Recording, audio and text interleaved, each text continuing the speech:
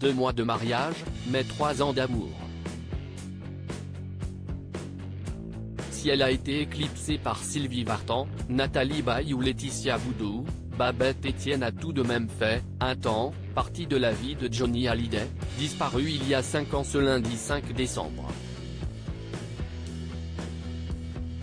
Blessée d'avoir été effacée des mémoires, au point d'avoir été refoulée des obsèques du rocker, l'ancienne actrice a cherché à reprendre le contrôle de son histoire, qu'elle a jugée minimisée.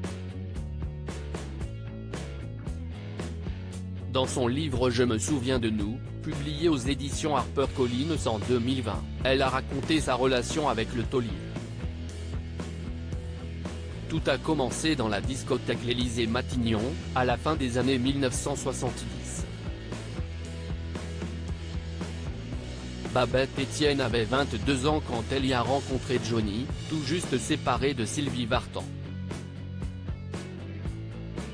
Il est gentil, il est attentionné, il est charismatique, il est prévenant, se souvenait l'ancienne mannequin, 65 ans désormais, dans une interview pour Gala en novembre 2020.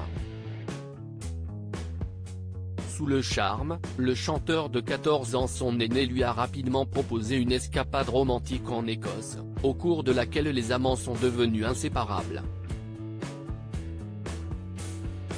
Le couple a vite emménagé ensemble dans un petit appartement de Saint-Tropez, où Babette Etienne tournait dans Les Gendarmes et les Gendarmettes, 1982.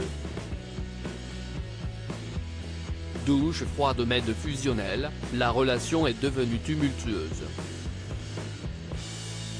Ils ont eu beau se marier à la fin de l'année 1981, Johnny n'a pas renoncé à ses infidélités. Pour la jeune femme, la rupture a été une douche froide, racontait-elle à Ici Paris en décembre 2020. Un jour que Johnny est à la maison, il reçoit un coup de téléphone pour aller enregistrer une émission de télé. Il n'avait pas vraiment envie de monter à Paris, mais il y est allé. Et il n'est jamais revenu. C'est par la presse que Babette Etienne a appris que Johnny avait entamé une liaison avec Nathalie Baye. De la même manière que je suis rentré dans sa vie, je me suis retiré, sur la pointe des pieds, sans esclandre, sans scandale, sans rien, a témoigné pour Vanity Fair celle que Johnny décrivait en 2013 dans mes yeux, coécrit avec Amanda Steurs, comme l'une des femmes les plus dignes de sa vie. Article écrit en collaboration avec 6 médias. Crédit photo, Asselan.